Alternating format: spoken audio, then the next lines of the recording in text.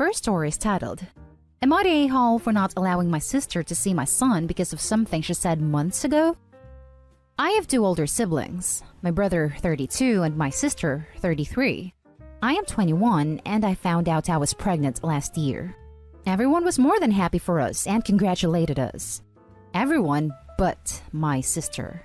My sister had to basically look after me and take on a third parent role and watch me on nights my parents worked or weekends they worked. Because of that, she blamed me and hated me because I was the reason she lost her childhood. I've apologized countless times to her because this topic came up frequently, but after a while, I gave up trying to make it up to her for something I had no control over. Over and over again, I get phone calls out of the blue for reminding me how much I messed her childhood up and had no remorse. By the way, shout out to all of you older siblings who are forced to grow up too soon and look after your little siblings. When I announced my pregnancy, my sister called me and ruined the moment by bringing up how she had to raise me, how she lost her childhood. Then she started talking about my unborn child, saying how I'm having my baby at an early age because I want him to raise his future little siblings like she had too. She continued in how I'd never make a good mom because I didn't grow up like she did. I finally had enough of her and went no contact. My son was born last month and everyone has got any chance to see him on FaceTime. My brother and parents were the only ones to see him in person. My sister got in contact with my brother and told him to tell me when she can see him. I told him to tell her she isn't allowed to see him because of the way she treated me when I was pregnant. I'm assuming she told our parents this because my dad wants me to let her see my baby. He said let bygones be bygones and stop living the past, and my mom agreed. My fiancé is on my side. My brother is more on her side and only thinks she should apologize for what she said about me being a bad mom, which she's refused to apologize for because she insists she did nothing wrong. I'm not too keen on letting her see him still. I feel like I'm being an a-hole by not allowing her to see him. Am I the a-hole? Editing to add, my brother also babysat me. He always said it wasn't as bad as my sister makes it out to be. Also adding, he didn't watch me as much as she did when he started to play sports. I barely remember my childhood days. I just know she stopped looking after me once I was 8 to 9. Now for the top comments. Not a a-hole. Your sister is understandably angry, but her anger is misplaced. She should be angry with your parents. Your parents forced her to give up her childhood to become a third parent to you. The things she has said to you are unacceptable. She should seek therapy and apologize to you. Your parents are on her side because she is blaming you for their abuse. It's your child and your choice who has a relationship with him. You have done nothing wrong. Congrats on your little one. Her anger is misplaced. This, you have pretty much gravelled at her feet for something you couldn't control because your parents probably don't give the same reaction you did. She's tormenting you because she sees you as an easy target. Stay strong and don't let her see your child until she either A, sincerely apologizes, no, I'm sorry you feel that way, or B, gets therapy for her issues. Not an a-hole. Edit to add, I would probably go low contact with your parents and brother if they keep pushing the issue. Guarantee the first time they watch your child, she will be right over there taking pictures holding them. Not to mention, her sister seems to spend all her free time harassing her for being born. Where are the parents with the whole let bygones be bygones then? Lol. It's clearly not bygones, but not through any fault of OP's. I agree that parentification is abuse as much as anyone, but she's seriously barking up the wrong tree, and her goal seems to be merely bullying OP and making her feel guilty for being born. I don't know what else she hopes to accomplish with all this nonsense. Not a-hole. Your parents say, let bygones be bygones? They should tell that to your sister, not to you. This. Why are they giving free pass for OP's sister when was angry because OP stole her childhood that was years ago? Even though the parents were the one that parentified the sister. But when OP is angry at her sister for what she said, the parents are like, oh OP, you should just be forgiving about. Terrible parenting. Also, the audacity of the sister for saying she did nothing wrong after harassing OP non-stop. Not the a-hole, OP. Not the a-hole. Let me say it out loud, OP. You are not responsible for ruining her childhood. Your parents are. You are doing the right thing when you don't allow her to see your baby. You are a mother who is protecting her child. Your sister definitely has issues that she should deal with therapy and confrontation with your parents. She wrongly blames all of her issues, anger, resentment, and frustration onto you. Plus, she didn't apologize to you. She thought she was right. So if you allow her again in your life, her behavior toward you won't change at all. Focus on your family and keep people who are supporting you with only positive thoughts/attitude. Let your parents and brother know that they have to respect your no-contact decision. They have to stop pushing you. The family/let the past behind card is BS. Now for the next story. Am I the a-hole for not letting my sister live with me after she said she wouldn't help with my kids? I am a single mother of 2 sons, 4 male and 1 male. 4 male is on a 50-50 custody schedule, while I have 1 male full-time, different setups due to different dads. I live in our parents' old home, which they sold to me. My sister lost her job. She's asked if I'd let her live with me in her old room, starting in March and continuing until she finds a new job and her own place. She would be willing to contribute financially, but due to her current lack of income, it won't be much. The alternative is sleeping in our parents' sofa in their new house. My sister said she felt bad about not contributing, so I said, well, if you want to help out, I could use a hand. She asked what I needed, and I threw out the first thing I thought of, which is taking 4-year-old to his dad's place. It's not hard, but it's time-consuming, so if she wanted to drive him there, that would really help me. She said no, and asked if there was anything else. I said I have a childminder come here for a couple hours on Friday while I run errands, so if she wanted to take over for that, it would save me some money. And she again said no, saying she wanted as little to do with the boys as possible. I then said she can't have no interaction with my kids at all. They live here, and she said that she doesn't like kids, so she doesn't want to deal with them.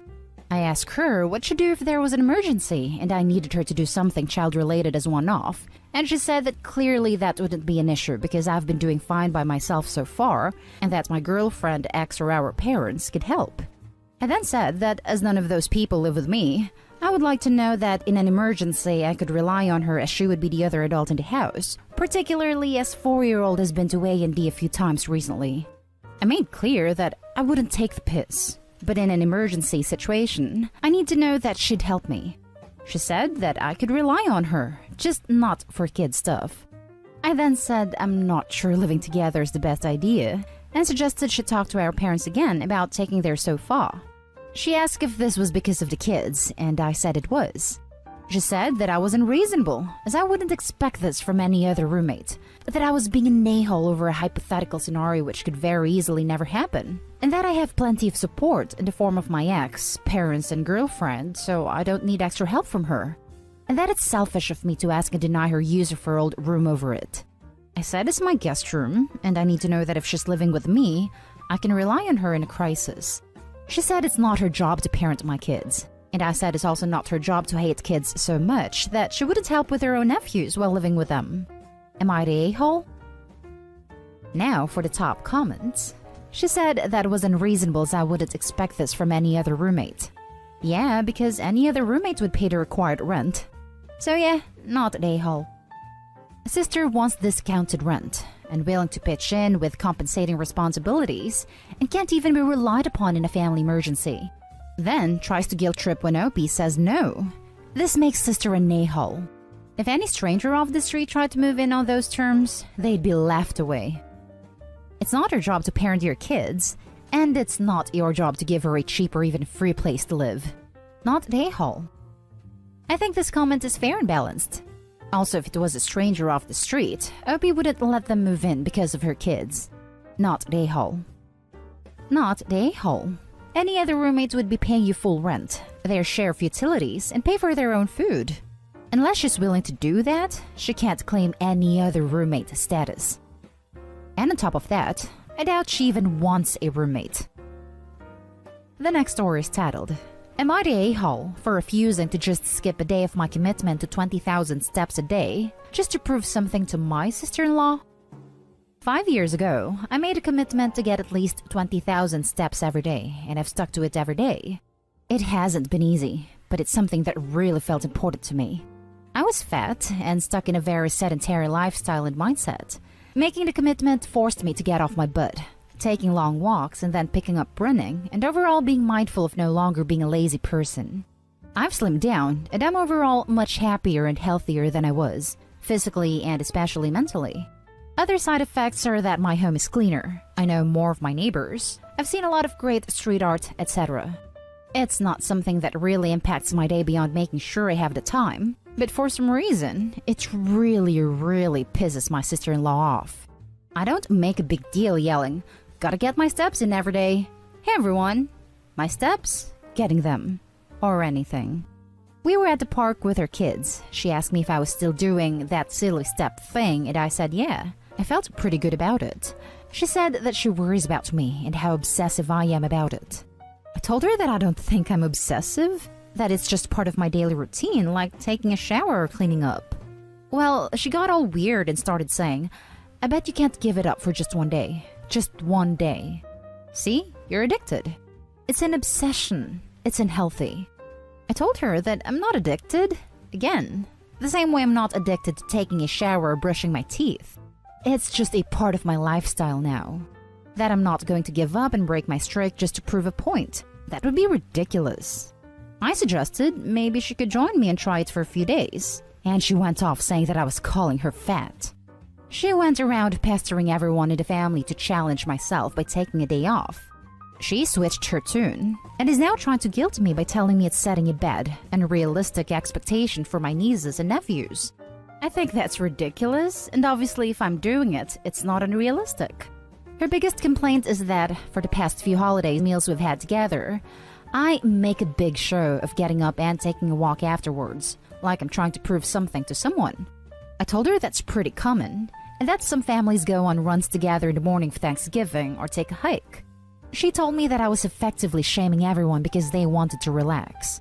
I think that's ridiculous, but she insists that it's insulting to everyone and makes me an obsessed a-hole. Am I the a-hole? I think it's worth adding that my sister-in-law isn't fat.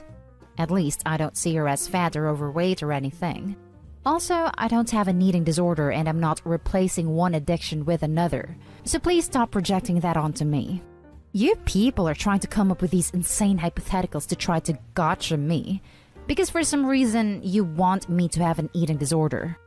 So let me clarify one last time, and I won't be acknowledging any comments insinuating that I need to reflect or whatever. I do not have an eating disorder. I do not have an exercise addiction. So now that we have that out of the way, time for the top comments. Not the a-hole. Beyond the fact that is your body and your choice, your sister-in-law needs to mind her own damn business. If anything, you're setting a good example to the kids. It's a healthy and low-impact way of exercise. Not the a-hole. You do realize you're the one who's decided to launch a full-out campaign against me, literally putting one foot in front of the other, right? I don't know what your issue here is, but I refuse to make it mine, so drop the subject, please.